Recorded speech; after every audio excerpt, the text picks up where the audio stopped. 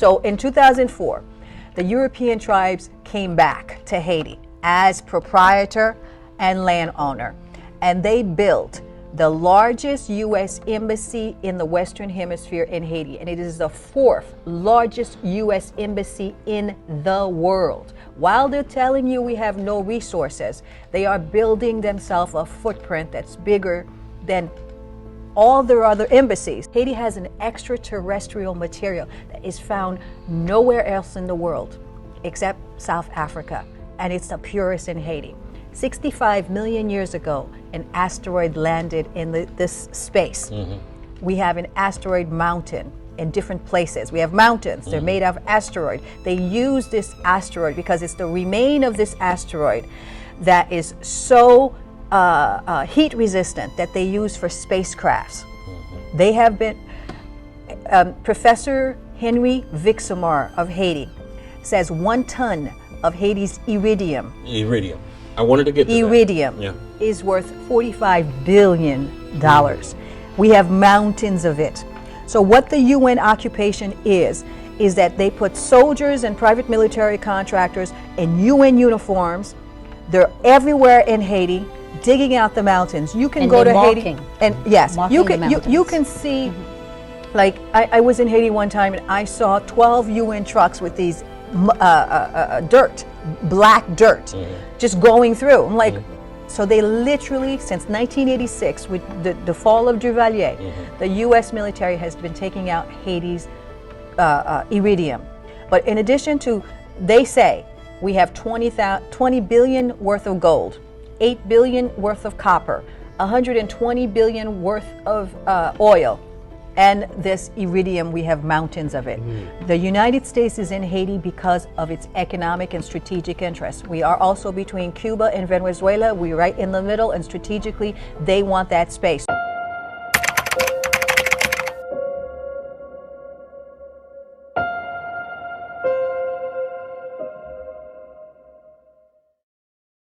Haiti, spesso indicato come il paese più povero dell'emisfero occidentale, ha una popolazione stimata di circa 11 milioni di persone, di cui quasi il 40% vive in zone rurali e spesso mal collegate al resto del paese.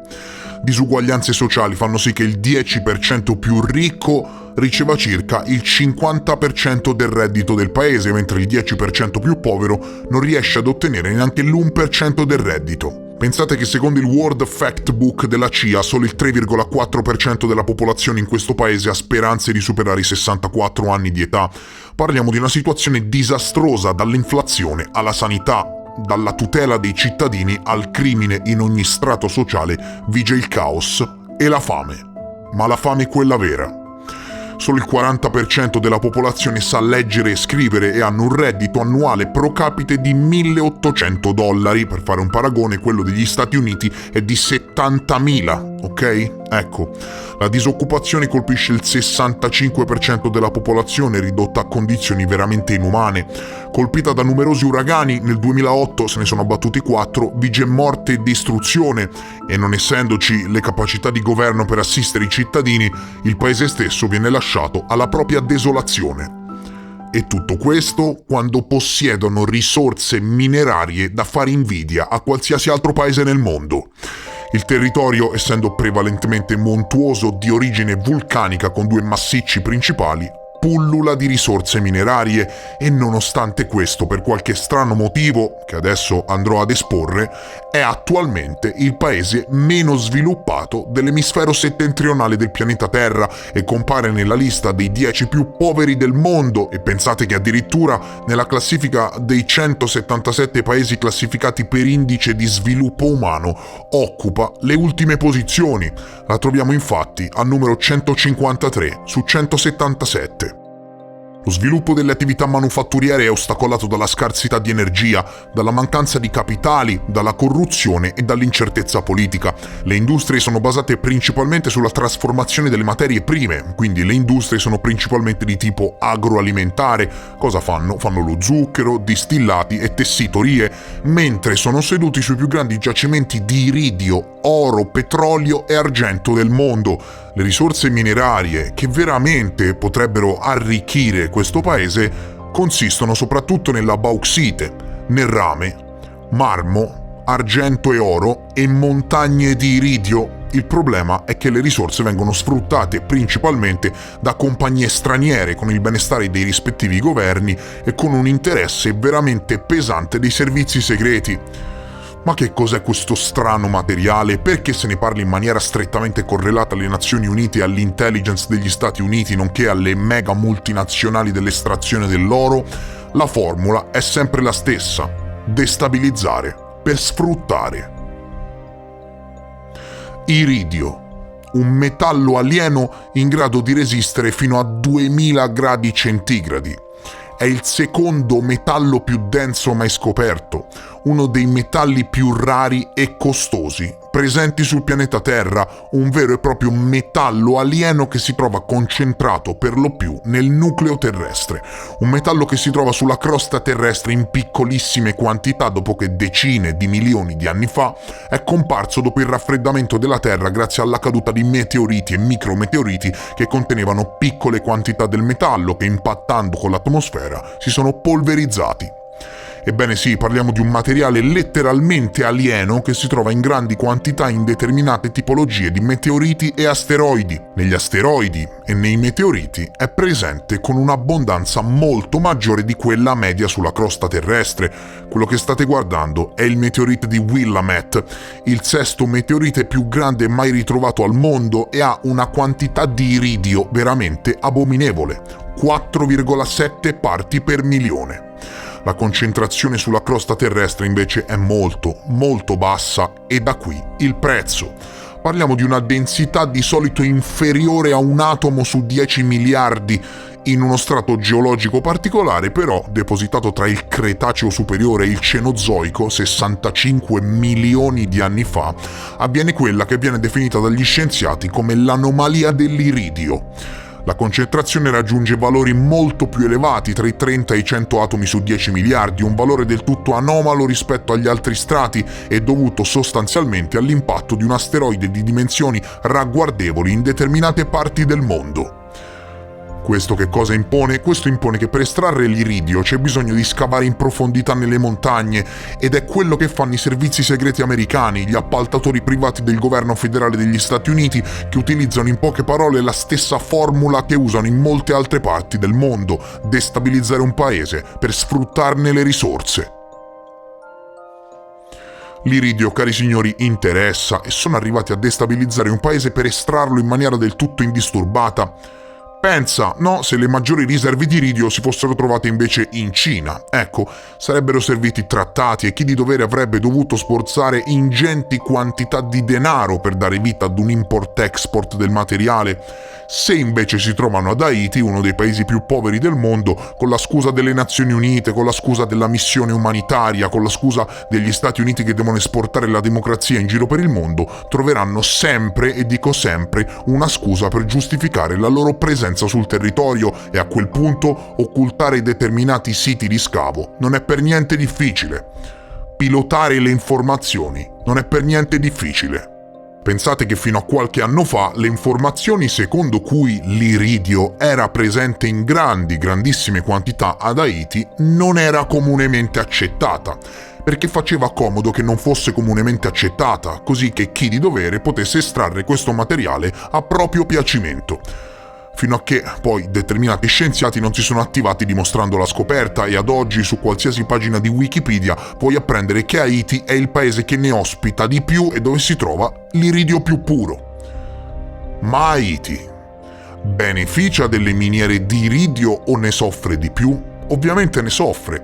Ne soffre perché, come qualsiasi altro paese del mondo che sì è povero ma che allo stesso tempo è pieno di risorse, viene sfruttato. Andiamo. Il contadino analfabeta haitiano nato e cresciuto nel campo che non sa leggere né scrivere, cosa pensi che ne sappia di quante parti per milione di iridio ci sono sotto i suoi piedi? Cosa pensi che ne sappia del valore dell'oro haitiano nel commercio internazionale, o con quale materiale vengono costruiti i tubi sottomarini per internet? E quindi mantenere ignoranti per sfruttare. Destabilizzare la politica di un paese per sfruttare. La parola del giorno è sfruttamento.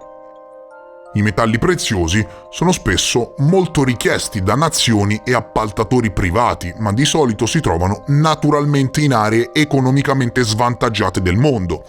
Sfortunatamente, il processo di estrazione di preziosi minerali dal suolo spesso lascia la terra devastata e gli ecosistemi danneggiati.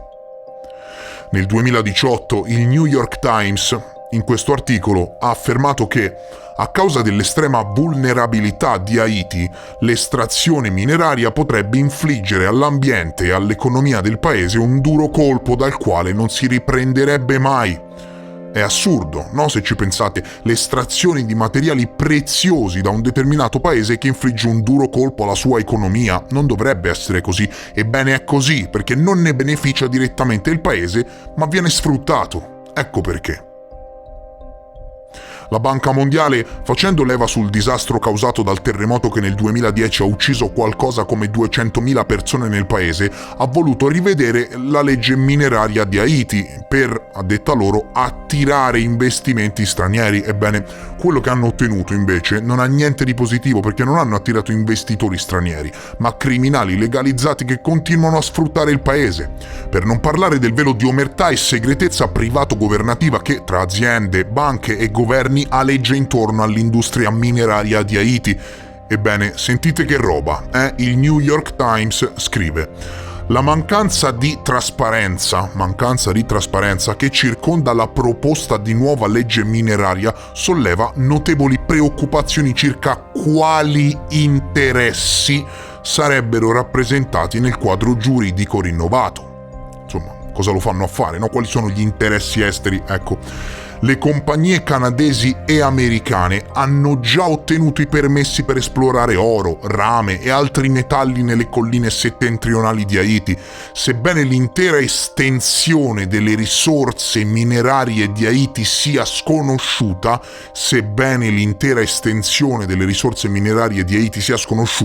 non lo sanno nemmeno loro quante risorse ospita. Alcuni stimano che nel suolo ci siano metalli preziosi per un valore di circa 20 miliardi di dollari.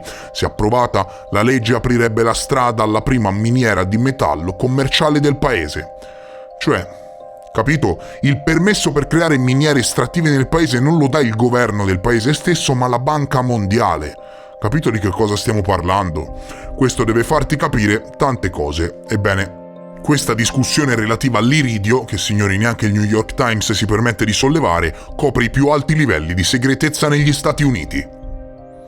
E sapete chi c'è dietro all'estrazione di iridio nel paese? Chi ha visto questi miei 2 video nei prossimi 5 minuti del video rimarrà davvero impressionato. Ripeto, chi ha visto questi 2 miei video sa di che cosa sto parlando e nei prossimi minuti davvero gli cadrà la mandibola. Per arrivare qui davvero ho dovuto scavare parecchio. Allora, per affermazioni compromettenti, insomma, servono delle prove, no? Ebbene, chi mi dice che destabilizzano il paese proprio per fare i loro porci comodi?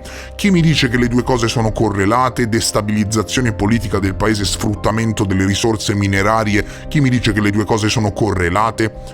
Bene, nell'aprile del 2010, signori, guarda caso nel 2010 proprio, no? Nello stesso anno del terremoto, 8 organizzazioni per i diritti dei contadini e dei lavoratori nelle zone rurali di Haiti hanno firmato una dichiarazione. Questa dichiarazione affermava di non accogliere con favore il ritorno di una certa Newmont Gold Corp nel loro paese. La dichiarazione afferma che in passato le compagnie minerarie statunitensi hanno aumentato le loro operazioni estrattive nel paese proprio, guarda te che caso, nei momenti di crisi. Ecco, non per nulla questa Newmont Gold Corp tornò ad Haiti esattamente nel 2010, nell'anno del più devastante terremoto di sempre. Ecco, aspetta, seguimi.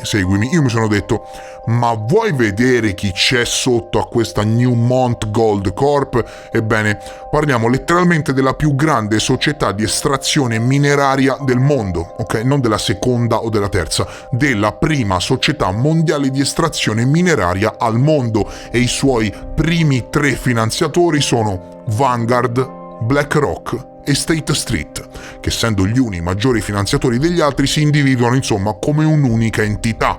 E a questo punto direi bingo. A questo punto basta capire bene a che cosa serve l'iridio e il cerchio è chiuso. L'influenza statunitense nel destabilizzare il paese e sfruttarlo delle proprie risorse minerarie è stata esposta. Dietro all'estrazione di iridio e oro ad Haiti ci sono i 3 colossi della finanza, su cui ho realizzato 2 video assurdi che, per la comprensione totalitaria della questione, ti consiglio di recuperare. Segui i soldi e troverai il marcio. Ebbene, vi basta sentire questo, ok? Se sei intelligente ti basta sentire questo. Nel 2021, cari signori, l'iridio ha triplicato il prezzo dell'oro a oncia. Chiaro? Valeva 3 volte più dell'oro. Nel 2021 è arrivato a valere qualcosa come $6.000 all'oncia. Che cosa ci fanno con questo materiale? Progetti top secret di nuove tecnologie e nuove armi. E dovremo chiederlo infatti alla Lockheed Martin, primo appaltatore del governo americano, ci fanno i tubi sottomarini, le astronavi e chissà cos'altro. L'iridio è uno dei metalli più rari sulla Terra, parliamo di un metallo noto per la sua forte resistenza alla corrosione, avente il più alto punto di fusione e durevolezza al mondo, e queste caratteristiche, per forza di cose, lo rendono particolarmente adatto per moltissime applicazioni industriali e di difesa. Questo materiale viene utilizzato in particolar modo, caro amico internauta, per la fabbricazione di leghe speciali ad alta resistenza, in grado di resistere alle altissime temperature. È incluso nelle leghe del platino e uno dei maggiori raffinatori mondiali di metalli preziosi, Heraeus Precious Metals, afferma che l'iridio è utilizzato tutt'oggi anche nella produzione di tecnologie 5G e prodotti di fascia alta che richiedono l'uso di diodi organici e dispositivi OLED che vengono impiegati anche nella produzione di tecnologie militari. Primo punto del piano, destabilizzare. Secondo punto del piano, privatizzare e di conseguenza sfruttare a proprio piacimento un paese che letteralmente non è in possesso di una classe politica adatta in grado di dare contro a questi colossi. Inoltre, facendomi un giro nell'archivio ufficiale della CIA, nella reading room del FOIA dell'agenzia di intelligence, che mette a disposizione tutta una serie di documenti in merito, mi sono accorto che digitando la parolina iridium vengono fuori tutta una serie di documenti e relazioni scientifiche redatte per l'agenzia di intelligence in merito alle potenzialità di questo materiale. Alcuni di questi documenti hanno 30-40 anni e mi chiedo se abbiano avuto tutto il tempo in questi anni per progettare vere e proprie incursioni fra le montagne di Haiti per appropriarsi delle sue risorse. Come minimo, questo materiale viene utilizzato per la retroingegneria aliena con metamateriali e leghe ad alta resistenza e non lo sai, capito? Nel 2021 il presidente haitiano è stato ucciso da alcuni mercenari e sembra che volesse deprivatizzare Haiti demolendo anni di accordi e relazioni corrotte con paesi esteri che non fanno altro che sfruttare il paese. Viene da sé che parliamo di un posto nel mondo tanto povero quanto ricco di risorse minerarie e di conseguenza, come il pesce più grande che mangia quello più piccolo, Haiti viene sfruttata dalle prime economie del mondo per l'estrazione di risorse preziose di cui non conosciamo fino in fondo gli utilizzi. Spesso le nazioni più povere non traggono benefici da accordi minerari potenzialmente redditizi, anzi, invece sono i ricchi investitori esteri che raccolgono i frutti finanziari di questo, mentre le nazioni di origine si occupano dei danni economici e ambientali che ci sono dietro e, signori cari, alle spalle di tutto questo ci sono sempre loro, Vanguard, BlackRock e State Street.